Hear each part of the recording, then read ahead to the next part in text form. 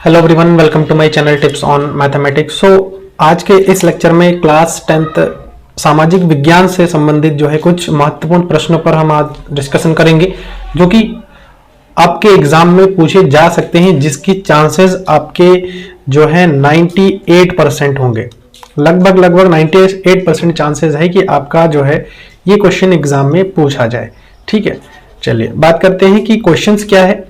देखो, important questions है और इसको आप जरूर करके जाइएगा ताकि आपको जो है समझ में आ जाए। ठीक है, और इसमें देखिए सॉल्यूशन भी दिए हुए हैं और इस अकॉर्डिंग जो है हम यहाँ पे देखो, पहला क्वेश्चन जो है इसमें क्या है, 19वीं सदी में राष्ट्रवाद के विकास के लिए यूरोप में कौन से कारक उत्तरदायी थे।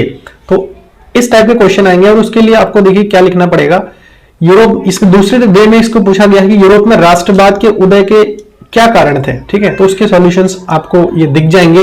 ठीक, इसके जो कैसे लिखना है वो आप लोग देख सकते हो, इसके स्क्रीनशॉट भी आप ले सकते हो, यहां से आपको समझ में आ जाएगा। और इसका पीडीएफ अगर आपको चाहिए तो आप लोग जो है मेरे फेसबुक पेज को फॉलो कर सकते हैं। ठीक है, फेसबुक पेज का नाम है मैथ कैस्केड और इंस्टाग्राम में फॉलो कर सकते हैं। दोनों में से कहीं पर भी आप जो है फॉलो करके वहां पर आप मैसेज कर सकते हैं कि मुझे पीडीएफ चाहिए था इस पर्टिकुलर वीडियो लेक्चर का, तो आपको वहां पर प्रोवाइड कर दिया जाएगा। जो भी प्रोसीजर होगा बता देंगे, वहां से आपको पीडीएफ मिल जाएगा। ठीक है, कोई चार्जेस नहीं लेंगे, फ्री ऑफ कॉस्ट है, वहां पर आप पूछ के ले सकते हैं। ठीक है, दूसरा क्वेश्चन है 1789 ईस्वी में हुई फ्रांस की क्रांति के परिणामों का वर्णन कीजिए। तो फ्रांस की क्रांति के परिणाम क्या क्या थे उसका हमें जो है वर्णन करना है। देखो, ये 2013, 17 और 22 में पूछा गया प्रश्न है, इसका मतलब काफी इंपॉर्टेंट है और मोस्ट रिपीटेड क्वेश्चन है ये।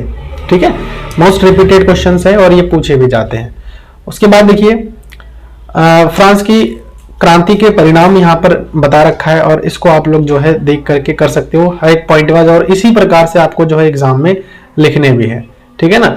उसके बाद अगला जो क्वेश्चन है इसमें है जर्मनी के एकीकरण की प्रक्रिया का वर्णन कीजिए। एनसीईआरटी एक्सरसाइज के क्वेश्चन है ये, जो कि 2012 में पूछा गया था। ठीक है, 2012 में पूछा गया था। फिर दूसरे तरीका क्या है इस क्वेश्चन को देने का, इस प्रकार से दे सकता है, जर्मनी का एकीकरण किस प्रकार संपन्न हुआ, संक्षेप में समझाइए। तो संक्षेप में समझाने के लिए अलग अलग तरीके देखो, इसमें जर्मनी का एकीकरण जिन जिन सोपानों में हुआ उनका संक्षिप्त विवरण निम्नलिखित है। ऐसा पहली अवस्था क्या थी, इसी प्रकार से दूसरी अवस्था है, तीसरी अवस्था है, तो इस प्रकार से आप जो है एक्सप्लेन कर सकते हो। और इस टाइप से अगर आप लिखेंगे ना पॉइंट को बना करके, तो आपको ज्यादा आसान हो जाएगा। ठीक है, क्लियर है।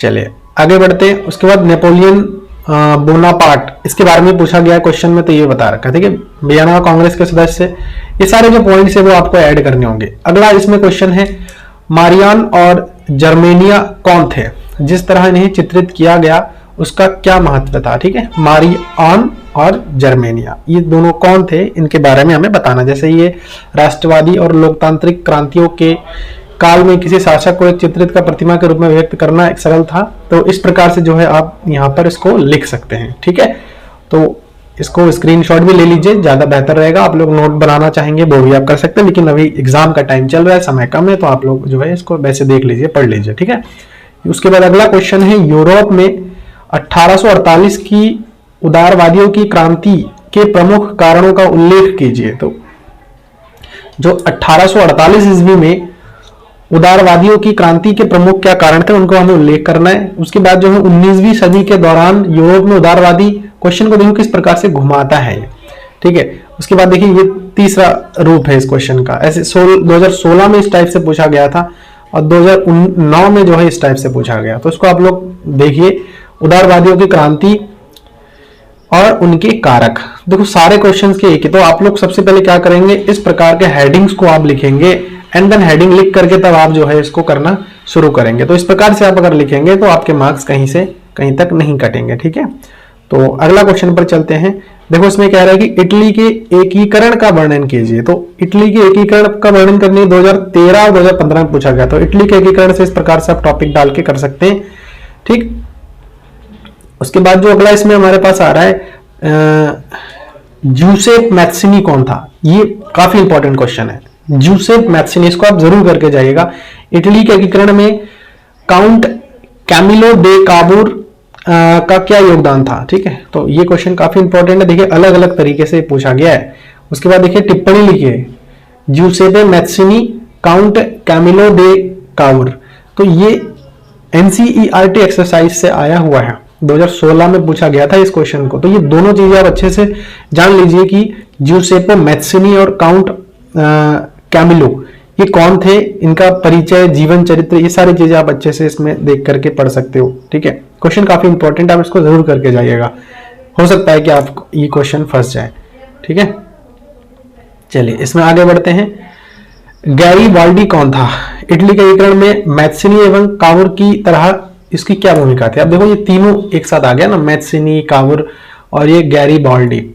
ये गैरीबाल्डी कौन था, इसमें जो है क्या योगदान था, क्या भूमिका थी इसकी इटली एकीकरण में, तो ये चीज इसमें पूछा गया इस क्वेश्चन में। ठीक है, तो आप लोग देख सकते हो, उसको कर सकते हैं। ठीक है, चलिए आगे बढ़ते हैं इसमें। और जो अगला क्वेश्चन है वह है गांधी इरविन समझौते के प्रावधानों का वर्णन कीजिए। तो गांधी इरविन समझौता क्या था, उस पर जो है प्रावधान क्या क्या थे, उसका हमें जो है वर्णन करना है। ठीक है, इस क्वेश्चन में पूछा गया 2012 और 2018 में ये क्वेश्चन पूछा गया था, इंपॉर्टेंट क्वेश्चन है। सविनय अवज्ञा आंदोलन के क्या कारण थे, इसके क्या परिणाम रहे, या फिर टिप्पणी लिखना है सविनय अवज्ञा आंदोलन। देखो ये क्वेश्चन काफी इंपॉर्टेंट और कई बार ये पूछा भी गया है, हालांकि यहाँ पर तो सिर्फ 2009-2016 के लिए पूछा गया, लेकिन इंपॉर्टेंट क्वेश्चन है, इसके आपको नोट्स बना के तैयार जरूर करने, और ये पूछा भी जाता है, अब जो है फाइनल में जरूर पूछा जाएगा इसका। ठीक है, उसके बाद देखिए इसके सॉल्यूशंस है, ये देख सकते हो आप, कोई जरूरी नहीं कि इतना बहुत ज्यादा लिखना है। ठीक है ना, आप अपने हिसाब से जो है इसके कुछ शॉर्ट नोट ऐसे बना लीजिए जिससे कि आपका याद रहे। जैसे नेहरू रिपोर्ट की अस्वीकृति, अत्यधिक आर्थिक मंदी, स्वतंत्रता की मांग की अस्वीकृति, बारदोली में असफल सत्याग्रह, मेरठ षड्यंत्र केस। तो ये कुछ पॉइंट है, इसको शॉर्ट नोट्स में आप कन्वर्ट करके इसको जो है आप सीख सकते हो। ठीक है, ज्यादा याद भी रहेगा उस कंडीशन में। ठीक है, सविनय अवज्ञा आंदोलन का क्या कार्यक्रम क्या था, तो ये वही सविनय अवज्ञा आंदोलन से संबंधित क्वेश्चन है। उसका रॉलेट एक्ट बहुत इंपॉर्टेंट है, very important question, Rowlatt act most important, इसको आप जरूर तैयार करके जाइएगा, क्योंकि ये वो क्वेश्चन है जो कि आपके, ठीक है ना, मार्क्स गेनिंग क्वेश्चन है, सरल भी है और आसानी से आप इसको कर सकते हो। ठीक है, प्रथम विश्व युद्ध के पश्चात गांधी जी ने ब्रिटिश शासन के विरुद्ध असहयोग आंदोलन क्यों शुरू किया। या असहयोग आंदोलन के बारे में आप जब पढ़ेंगे तो उसमें आपको सारी चीजें एक एक करके मिल जाएगा कि असहयोग आंदोलन क्या था, क्या कारण था, है ना, गांधी जी का क्या योगदान था, अलग अलग तरीके से इसमें पूछा। उसके बाद टिप्पणी, निम्नलिखित पर टिप्पणी लिखना है, इस प्रकार क्वेश्चन में आते हैं। जैसे 26 जनवरी 1930 का क्या महत्व था, जलियांवाला बाग हत्याकांड, इसके बारे में काफी क्वेश्चंस पूछा गया है, कई बार पूछा गया है, तो आप लोग देख सकते हो। चौरा चौरी की घटना, गांधी जी की दांडी यात्रा, ठीक है, काफी इंपॉर्टेंट क्वेश्चन है, इसको आप जरूर करके जाइएगा। और छोटे छोटे हैं, बहुत लंबे लंबे नहीं है, आप छोटे छोटे पॉइंट्स है, चौरा चौरी घटना है उसके बारे में दिया गया। इसके ऐसा है ना, देखो इस टाइप के क्वेश्चन को करने के लिए आपको एक शॉर्ट नोट तैयार करना है, सिंपल सी बात है। ठीक है, शॉर्ट नोट आप तैयार करेंगे ना तो आपको ज्यादा चीजें समझ में आएंगी, क्योंकि इतना लंबा आपको अगर याद करने की बारी आए तो वहां समझ में नहीं आएगा। आपको शॉर्ट नोट बनाएंगे तो वहां से आपको चीजें और भी आसानी से समझ में आ जाएगा। ठीक, गांधी की दांडी यात्रा को आप पढ़ लीजिएगा। तो ये कुछ इंपॉर्टेंट क्वेश्चंस थे जो कि मैंने आप लोगों के साथ आज डिस्कशन किया है। इसके पीडीएफ चाहिए तो मैंने आपको बता रखा है, हमारा फेसबुक पेज है मैथ कैस्केड और इंस्टाग्राम पेज भी है, वहां पर आप उसको जो है फॉलो करिए एंड देन आप वहां पर मेरे से जुड़ सकते हैं डायरेक्टली और वहां पे आपको ये सारी चीजें मिल जाएगा। ठीक है, तो इस वीडियो में हम इतना ही डिस्कशन करेंगे और नेक्स्ट वीडियो में हम आगे के क्वेश्चंस को और भी अच्छे से आपको बताएंगे। ठीक है ना, चलिए मिलते हैं नेक्स्ट वीडियो में। Thank you so much.